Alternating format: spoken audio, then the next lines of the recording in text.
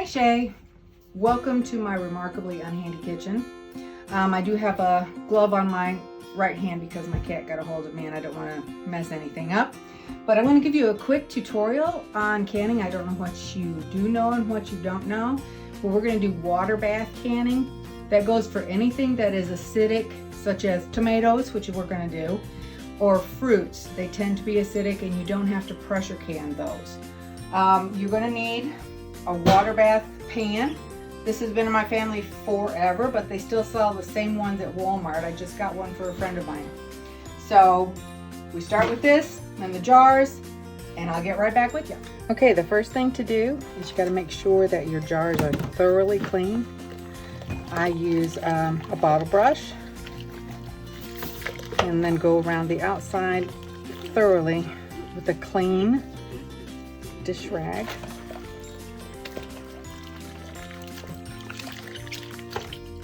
And then we put them in a sink full of water.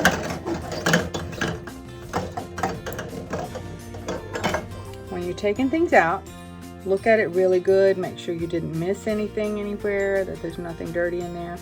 And always check the rim. Make sure there's no chips, because if there's a chip, you won't seal.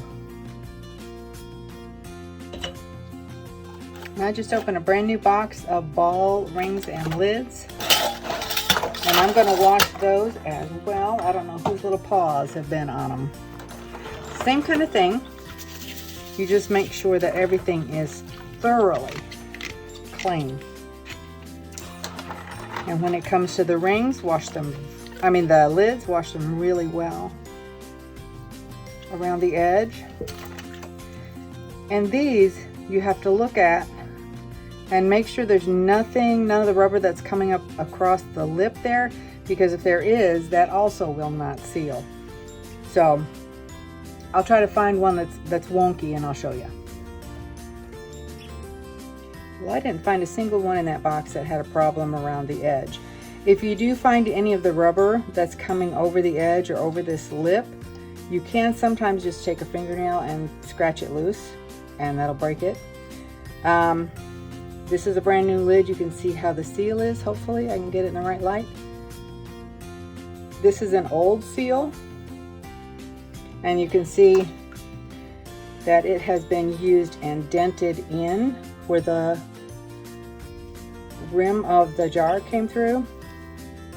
This had pickled okra in it, so this discoloration here, and it can even go to black, that's not unusual for anything that's pickled or anything that's acidic, particularly in the new lids, because they're just not made the same as the old ones. The old ones you can reuse. The new ones, I might reuse them if I don't find a real problem, but I won't give those away. I keep those for myself because, you know, it's just me. Okay, so these are store-bought tomatoes. I was unable to grow any in my garden this year because I'm in the area of Hurricane Helene, and I think something might have been washed away and the earth just refused to grow tomatoes.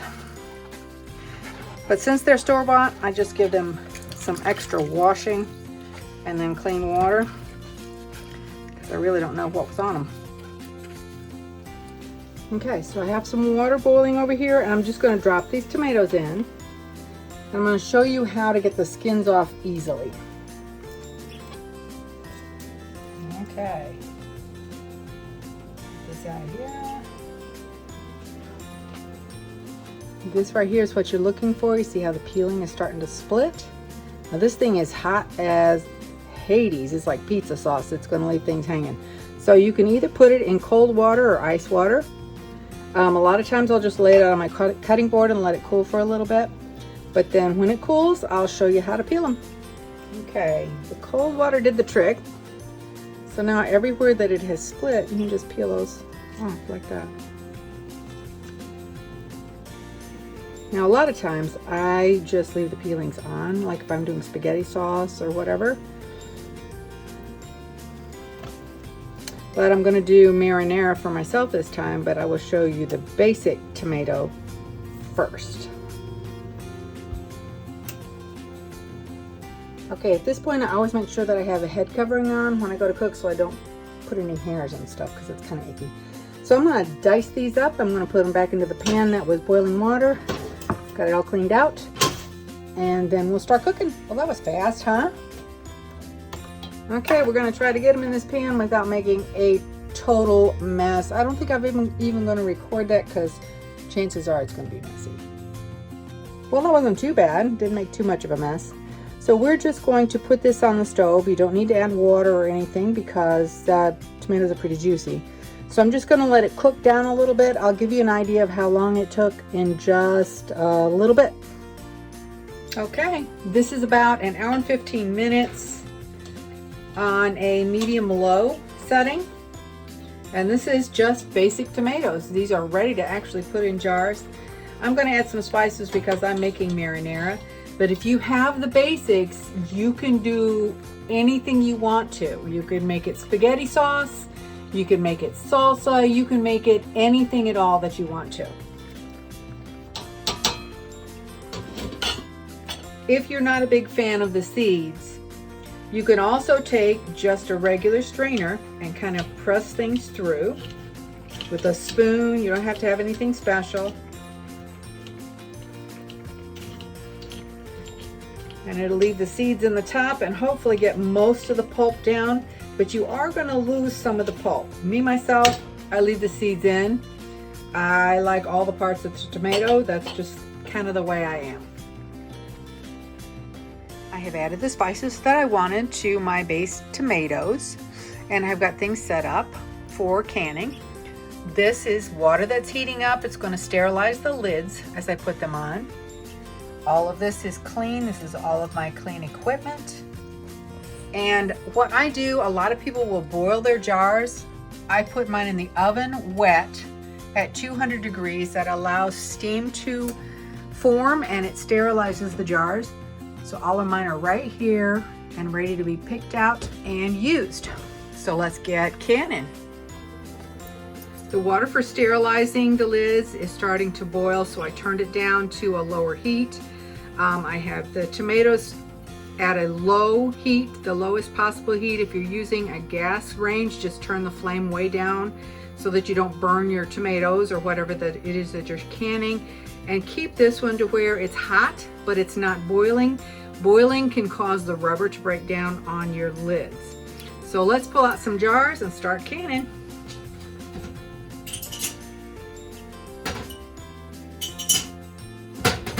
Tongs, always, you want to use tongs, otherwise you will burn yourself.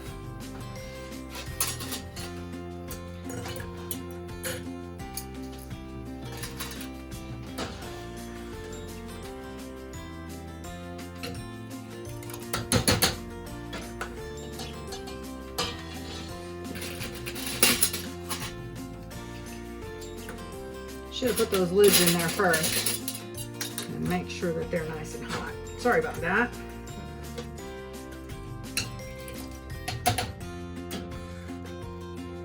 Remember, these tomatoes are like nuclear.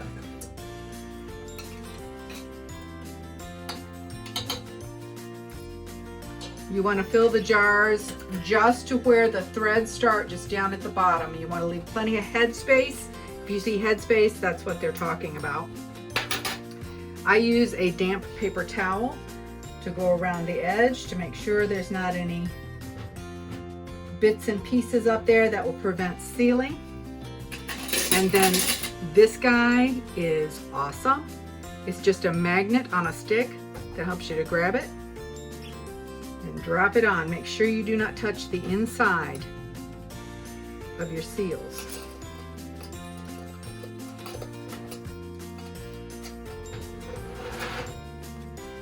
I put hot tap water into the water bath pan because if you put cold water in there with hot jars, it will break the jars.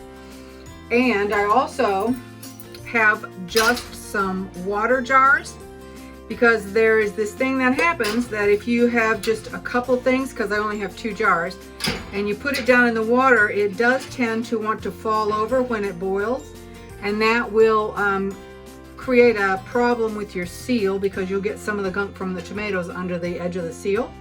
So I'm going to put just water in jars in there. And we'll load this up and get it even. Your lids should be lightly tightened because what we're going to do is we're going to allow the air as it heats to escape, and that is what is going to make our tomato seal.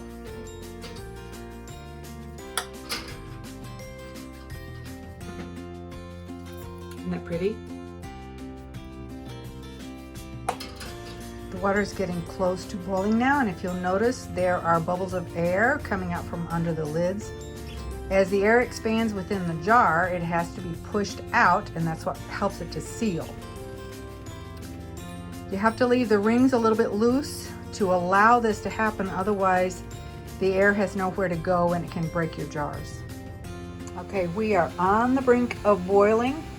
So what I'm going to do is, first of all, I'm going to cover it, and then I'm going to turn this down to like medium low and just kind of let it sit. Start our timer for 20 minutes.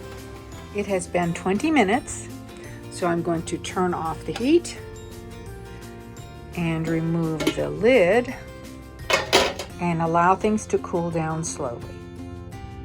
Things have cooled quite a bit, so I'm going to go ahead and take out these jars. I did put down a towel just to make sure that I'm not putting these hot jars on a cold surface. Hot jars on cold surface will be a broken jar. So I'm going to grab my tomatoes, and these are already sealed. I don't know if you can see it, but I'll try to zoom in here in a minute.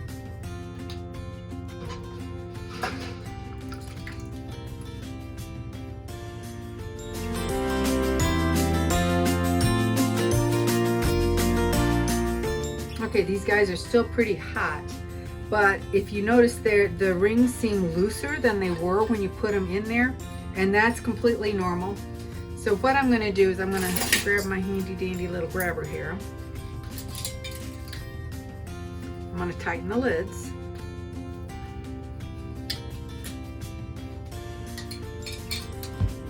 Hopefully that helps you a little bit. Tomatoes are about the easiest thing that you can and you can do anything you want to once you have the basics down. Like I said, add a little of this, a little of that, try it, see what works. Make sure that you write down what you put in so that you can replicate it, because sometimes I don't do that and then I forget. As far as the pickle recipe that I gave you, use the same proportions of water, vinegar, and salt, and then you can add any spices that you want to. Whenever I have leftover of the vinegar, water, spice, and this one has some sugar in it, I keep it in a jar, and then I will just reheat it again to use it in the next batch.